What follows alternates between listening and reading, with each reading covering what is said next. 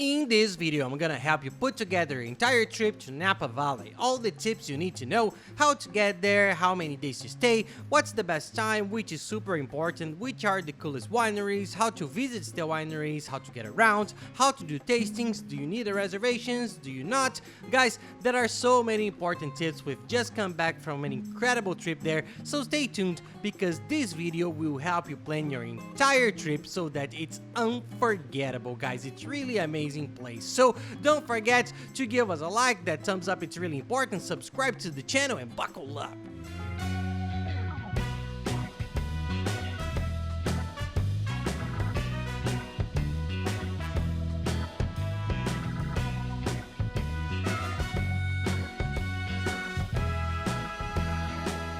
Hey guys, for those who don't know me, I'm Gabriel Lorenzi, creator of the Grupo Dicas, the largest travel content network in the world. And today we're gonna talk about Napa Valley, a place we've just been to. It's been about 4 or 3 days since we've returned here to Orlando in the United States where we live. And we had an incredible experience. We've spent 3 days there and it was one of the most beautiful trips we've ever taken. We went without the girls. We have 2 daughters. It was just me and my wife Livia, and that's the first trip. Can you go with children? Yes. Were there children there? Yes, but not many. We always try to go with the girls. They adapt everywhere. But I think it's one of the places where you try to avoid children. If you can go alone with your husband, with a group of friends, or whoever, I think you end up enjoying it more because Napa Valley is synonymous with wine, sparkling wine, drinking, tasting. So it ends up being a bit complicated logistically with a child. So it's better to go with friends so that you can enjoy the wine. And the first very important tip I think you should know is about the weather. We spoke to a lot of people who work there, who live there, and they said the same thing we noticed online. Try to go in spring or fall. We ended up going now in the fall. We're in the middle of November. They said that September, October, and November are very good because it's a nice climate. It was cool with a very warm and pleasant sun, and it wasn't crowded. In the summer, which is June, July, and August, it's very hot. It rains more. There's more chance of rain during the day, which can ruin the winery trip, the tour you're going on, and it's very crowded. They say it's crowded because of the school vacations, so try to get away from the summer and try to get away from the winter too, because winter is December, January, and February. It's very cold. You can't do the tours, you can't stay in the wineries, so try to get the months are March, April, May, and September, October, and November, which are the perfect months for you to enjoy Napa Valley. Speaking of Napa Valley, but Gabriel, what is Napa Valley? Because we also thought it was a city, but no, Napa Valley is a region that concentrates in several cities. The most important, I'll even put on the map for you to see, is Napa, which is the most famous of them all. It's where the tourist center is, it's where we chose to stay and where I recommend you to stay. After Napa, there are 3 more. There is Yountville, which is very nice. There are lots of places to stay, wine hotels too.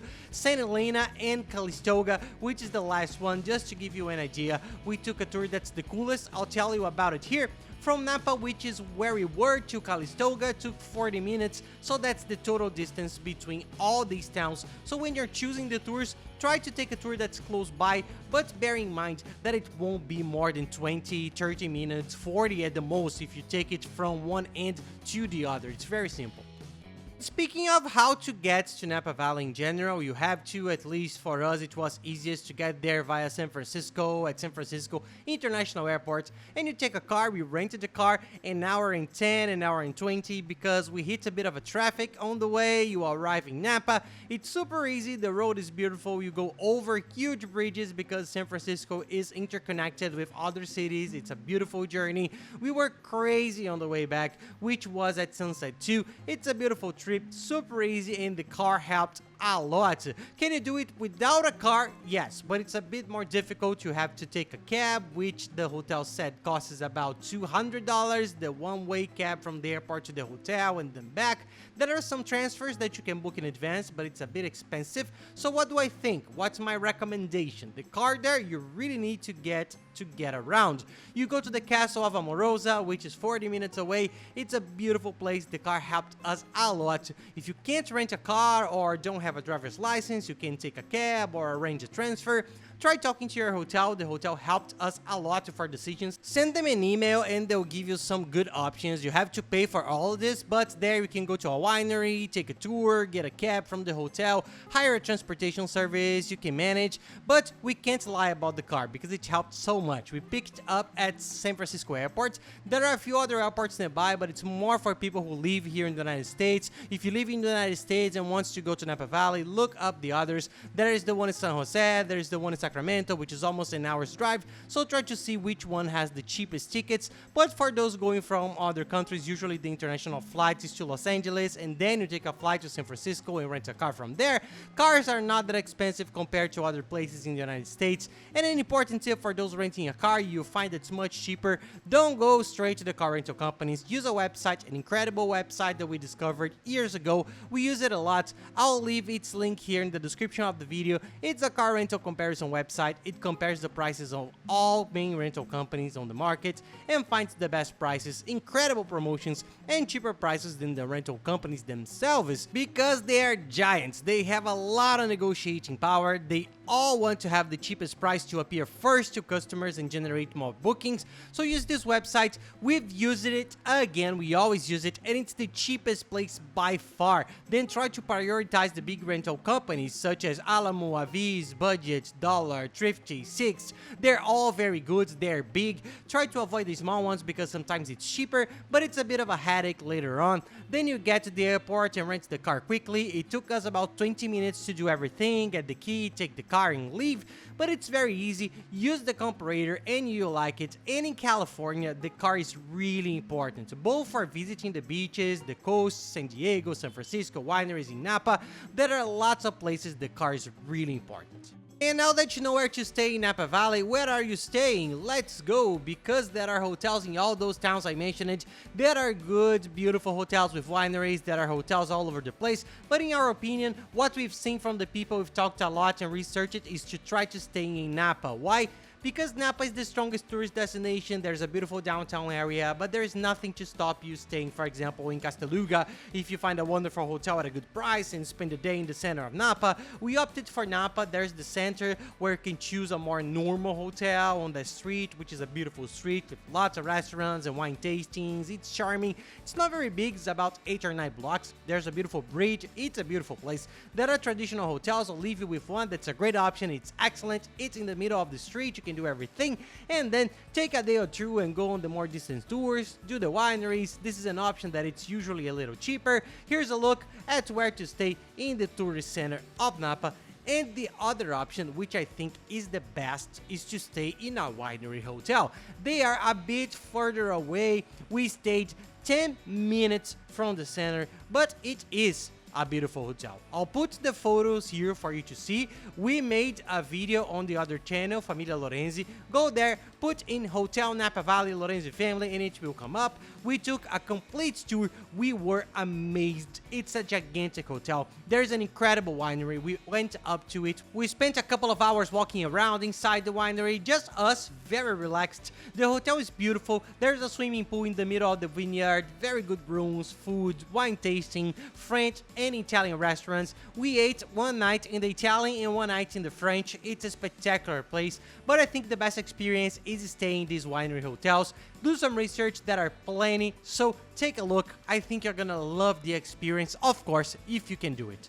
And a very important tip for saving a lot of hotels, especially in California where the prices are high, is to book in advance. The earlier you book, the cheaper you pay. As time goes by, 1, 2, 3 weeks, the hotels automatically raise their prices because people book up and there are fewer rooms left. So what's the tactic we've been using for a long time and which works very well? Book as soon as possible. You know you're going on a trip, and if you see a good one, you book it. But to avoid the hassle of canceling and incurring a fine, we use a very good website that's the largest hotel search engine in the world. I'm sure you know it too.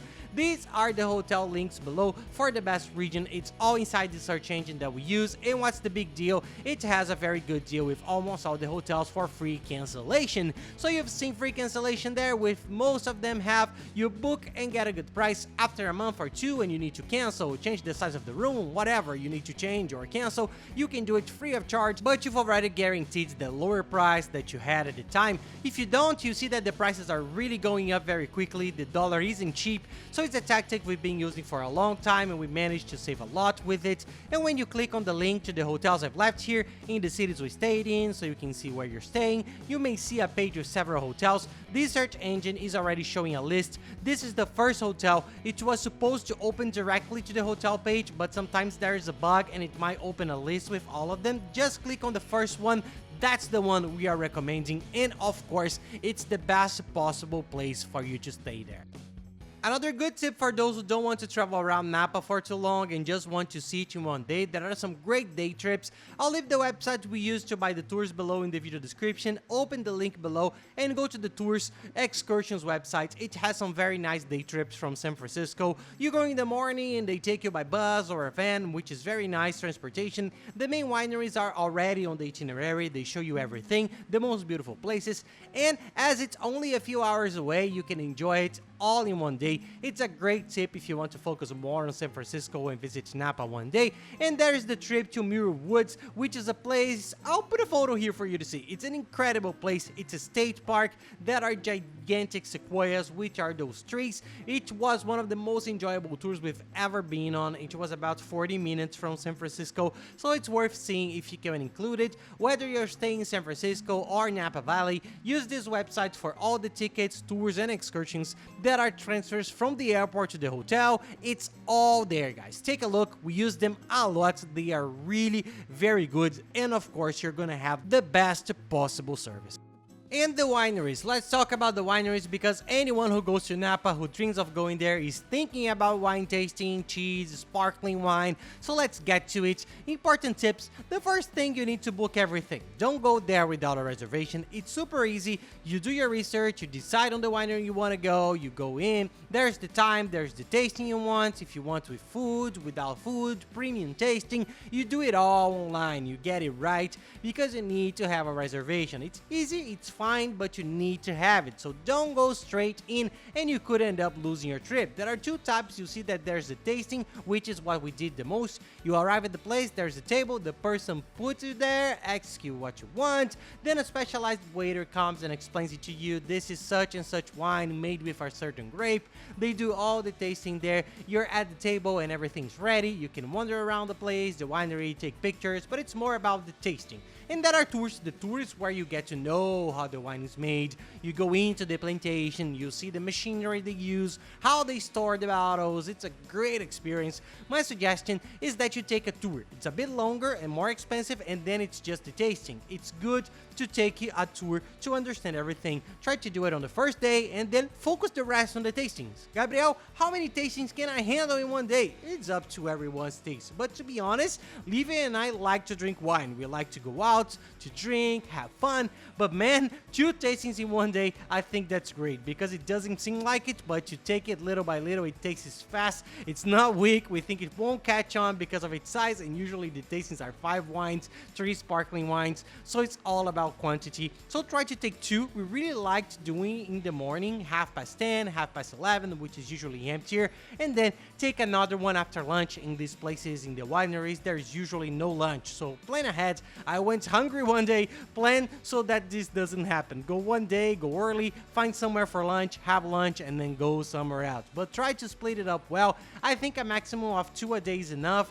Want to drink more? Back at your hotel, calmly, safely, you can get a bottle, get another glass, then you can drink to your heart's content without having to worry about the car, driving or not driving, which I know is a common question, and I'll give you the tips right here. So don't worry about that. I will explain everything. And speaking of wineries, what are they? There are a lot of wineries. There are over 280 wineries, so do your research, see what you like. We went, I think there are 2 very nice ones. One that's sensational in the Amorosa Castle. It's a beautiful castle. It was the most beautiful place we went on this trip. Try to go, don't miss it. It's inside a castle. You walk around the outside of a castle. You can see the view from the castle towers. I'm going to share with you the videos from our Lorenzi family channel, which we made the video for. we made the video there too. If you want to watch it later, just type in Winery Castle Lorenzi, just type it into YouTube and you'll find it. We show you everything from the tastings, and people, what an incredible place. Look at the view, look at what's inside. It was a great experience. The price is between $35 and $50. We paid an extra $35 for a cheese and cold cuts board, but this price of the tasting is around $30, $35, and you're entitled to 5 wines. You choose on the spot, the guy gives you a list, you choose a tip. Try to go to the more expensive ones. We know a bit about wine, we're not so smart, but we also went on intuition. There are some that are much more expensive, but it's all the same price because it's in the package. So to find out which were the best, the rarest, the most premium, we also went by price. It's a good tip, it's a spectacular place, don't miss it. It's in Calistoga, the one I mentioned that's a bit further away from Napa, but we had a car, so it was a beautiful 40-minute drive. It's beautiful there, very nice. It's an important tip. Everyone asks me, Gabriel, how do you drive and drink alcohol? It's like this. There's no dry law in the United States. There's no situation where you have to stop the car. They'll test it. In fact, they only stop you if you do something wrong or show signs that you're drunk, posing a risk to someone. What we noticed there is that the people who are in a group elect a driver of the day. When I was driving, I held back. We went to the castle early in the morning. I had a tasting there. I had 3 wines, then I held back a bit. I didn't have the last ones. We spent an hour walking around the castle, taking pictures. So use your common sense to be safe. Don't get into trouble, for God's sake. Want to drink more? Go to the hotel, leave the car there, and then in the hotel, every hotel in the whole of Napa Valley, there will be millions of wine tastings, whiskey, beer, everything you can imagine. So focus on drinking. If you want more, you drink at your hotel. And an important tip for the whole of California, this applies to all cities and we use the car a lot. Cell phones are extremely important. It has to have a working signal. Without internet, you can't use Waze or Google Maps. This helped us a lot at short notice to book a winery, a beach, research something different, an attraction, what time it closes or opens. The cell phone is very important on this California trip, especially in California because of the car. I think it's the most important, so you have everything ready, organize it so you can use the internet. For us, the easiest, coolest, and most advantageous way is the international prepaid SIM card that some companies sell. There's a very good one that we still use today. It works perfectly everywhere. There is the eSIM, which sends you a QR code by email and you install it right away. If your cell phone is already compatible, you don't even need to receive the chip at home, and you arrive in the United States, activated, and live with unlimited internet to use everywhere. So take a look. I'll leave it here in the description too. Look at the chip. It's really good. It works really well, and you need it. Otherwise, you end up getting lost on the beaches, in the vineyards, and in all the attractions throughout California, so you need it. Another very important service is international travel insurance. You can't travel without travel insurance. It's very cheap, cheaper than people think. There's one you can get that sometimes costs $3 or $4 a day and covers you for more than $30,000 in medical assistance if you have a problem or if you are hospitalized. And here in the United States, the prices of things are absurd for a doctor's appointment, for hospitalization. So take out insurance, which is very cheap, but don't travel without it. And I'll leave the link down here in the description of the video, guys, to the travel insurance comparator. It's an incredible website that we use, just like the car comparator, and it compares the price with all the insurers. It finds prices, I'm not kidding, compare. Searching travel agencies directly on the other websites and compare with the comparator. Sometimes it finds half the price, and it's reliable, a huge agency, good service. So take a look. We always use them, but you can't leave the country without one. It's so cheap, and it saves you a lot of headaches that you could have on your trip, especially in California, where you'll be driving a lot. There are state parks, beaches, wineries, and amusement parks, so it ends up being super important for you to have. And what else to do in Napa Valley? In my opinion, the best things to do in Napa Valley are the wineries. There was this one with the castle. There's another one that I think it's really cool. We did both on the same day. It's called Mumm. I'll put the name here for you, and it's focused on sparkling wines. I don't like these so much, but Livia loves sparkling wines, so we ended up going more because of her. And it was beautiful. It's smaller, very charming. We managed to eat a little something there, some snacks. There's no food, no lunch. Eat before or after, but there are snacks for you to pick up. And the view is super beautiful. It was quicker, easier, and much closer to Napa. I think it was 25 minutes, 20 minutes from the hotel we were staying at in Napa. So take a look, but this one is really nice. There are lots of others. Research which ones you think might suit you best. And what I think of tours other than the wineries, there's a very good tour that you can't miss, which is to go to the center of Napa, Napa Downtown, because it's so cool. We were surprised, we went to the market, and that's a good tip. You can go there, stop the car at the big market, which is a giant market in Napa. We went to a Mexican restaurant inside it called Si Casa. We found it very good, very tasty. We had a margarita. We stayed for 3 days and we couldn't take any more wine on the third day. We had a delicious margarita and parked the car there because the parking lot is huge. You already know the market's there, which is nice, and there are lots of places to eat in the area too. Then you walk across a beautiful bridge. It felt like we were in Europe. We even joked that it looked like Amsterdam. There were gondolas just like in Venice, a beautiful place that didn't even look like the United States. And then you enter in the main street and then you wander around. There are several super charming restaurants with tables on the street and inside for tasting, test wine. No, you can taste. You can try anything there. Test is their tasting and they have all kinds, and it's not just wine. There are lots of cool things. You walk around, you see the vibe. The two of us sat there, had a glass of wine, ate a sweet, something nice, but it's a really nice vibe. Take a walk, split up. I think a whole afternoon is enough for you to get to know the downtown. It's not very big. I think you walk around 8 or 10 blocks and the street ends. There's nothing else. It's a small town, but I think it's very important to get to know downtown Napa because it's really amazing. You can visit many places, have some wine, and eat something good. And that's it, guys. I hope you liked the video. If you like it, please don't forget to give us a like and subscribe to the channel because it really helps us a lot. And don't forget to check out the other videos, which are very good. I'll leave 2 others up here, which are the must-see videos for your trip to California. So thank you very much, guys, and have nice trips.